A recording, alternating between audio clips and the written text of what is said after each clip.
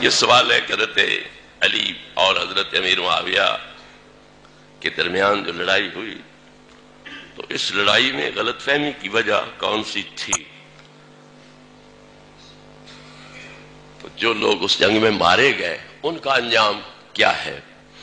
غلط فہمی کی وجہ یہ تھی کہ حضرت علی جیسا جوان ہو مدینہ میں اور حضرت عثمان گھر میں قرآن پڑھتے ہوئے شہید کر دیے جائیں، اگر حضرت علی پاک دخل دیتے تو یہ قتل تک نوبت نہ پہنچتی۔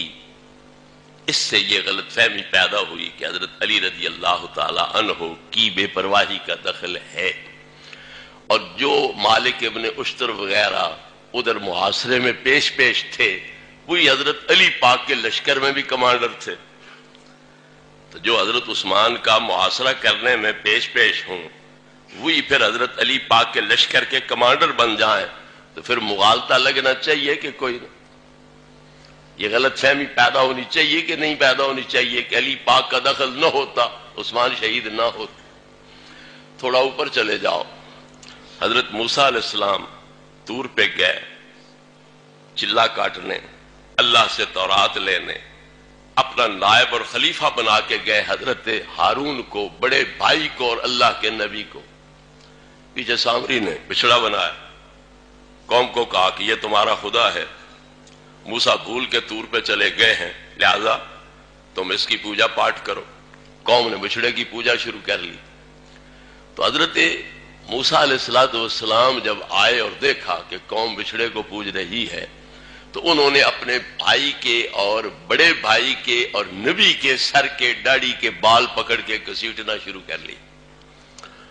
قرآن کہہ رہا ہے کہ حضرت ہارون نے کیا کہا، یا ابن ام لا تاخذ بلحیتی ولا براسی، او میرے بھائی میرے سر کے بال چھوڑ، میری داڑھی کے بال چھوڑ، سر کے بال نہ پکڑ، داڑھی کے بال نہ پکڑ۔ بھائی ہیں ہارون علیہ السلام، بڑے بھائی ہیں اور دونوں نبی ہیں، اور ایک نبی دوسرے نبی کے سر کے داڑھی کے بال پکڑ کے گھسیٹ رہا ہے، کس خیال پر کہ تو موجود تھا، میں خلیفہ بنا گیا، تیرے ہوتے ہوئے یہ شرک کیوں ہوا ہے؟ تیری کمزوری ہے، تیری سستی ہے، تیری بے پرواہی ہے، اس وجہ سے یہ شرک ہو رہا ہے۔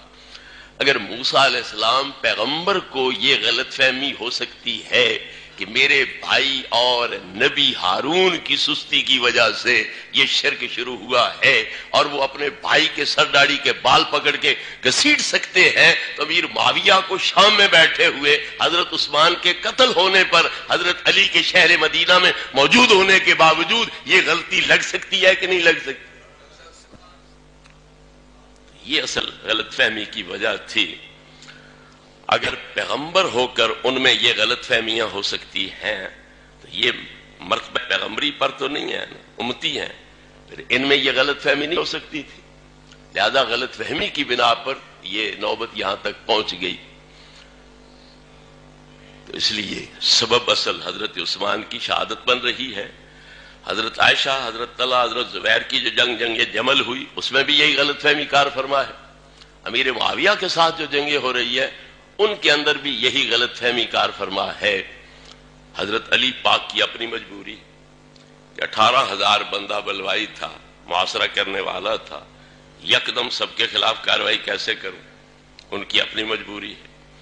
وہ لوگ سوچتے ہیں کہ اگلا خلیفہ بھی تو برحق خلیفہ تھا، پھر اس کی جان کی حفاظت بھی ضروری تھی، اس کا تعاون بھی ضروری تھا، وہ کیوں نہیں کیا گیا؟ اس لحاظ سے یہ اختلاف پیدا ہو۔ تو امام حسن رضی اللہ عنہ نے اپنے عمل سے بتلا دیا کہ یہ کفر اسلام کی جنگ نہیں تھی، یہ ذاتیات کی وجہ سے جنگ نہیں تھی، بلکہ اس غلط فہمی کی وجہ سے جنگ تھی۔ تو آپ نے امیر معاویہ کے ساتھ صلح کر لی۔ تو جب صلح ہو گئی تو اب ہمیں ان لڑائیوں کو چھیڑنے کی کیا ضرورت؟ ان کی لڑائیاں چھیڑنے کی ضرورت ہے ہمیں، تو ان کی صلح پہ عمل کرنے کی ضرورت کوئی نہیں۔ ان کی لڑائیاں چھیڑنے کی تو ضرورت ہم محسوس کرتے ہیں، تو جو ان کی صلح آپس میں ہو گئی تو اس کو مد نظر رکھنے کی ضرورت ہمیں کوئی نہیں۔ رہ گیا یہ معاملہ کہ جو درمیان میں قتل ہوئے ان کا معاملہ کیا تھا؟ ان کا معاملہ یہ ہے کہ وہ دونوں فریق جنتی ہیں۔ نبی کریم علیہ الصلوۃ والتسلیم کو پتہ ہے میرے بعد صحابہ میں اختلاف ہوگا، لڑائیاں ہوں گی، پتہ ہے۔ اللہ سے عرض کرنا چاہا کہ میری امت میں لڑائی نہ ہو، اختلافات نہ ہوں۔ اللہ نے فرمایا کہ محبوب وہ تو میرا حتمی فیصلہ ہے، لڑائیاں تو ہوں گی، لیکن میں تمہارے ساتھ وعدہ کرتا ہوں کہ دونوں فریق کو جنت عطا کر دوں گا۔ اس لیے وہ دونوں فریق جنتی ہیں۔ کیوں؟ جو امیر معاویہ کی طرف سے مارے جا رہے ہیں وہ حضرت عثمان جو خلیفہ برحق ہیں ان کے خون کے بدلے کی نیت سے لڑائی کر رہے تھے، لہذا وہ بھی ایک جائز مطالبے کے تحت جان دے رہے ہیں، وہ بھی حق پر ہے۔ اور جو مولا مرتضیٰ کی طرف سے لڑ کر مارے جا رہے ہیں وہ بھی جو موجودہ خلیفہ برحق ہے اس کی اعانت میں اپنی جان قربان کر رہے ہیں، لہذا وہ بھی حق پہ مر رہے ہیں، وہ بھی جنتی ہے۔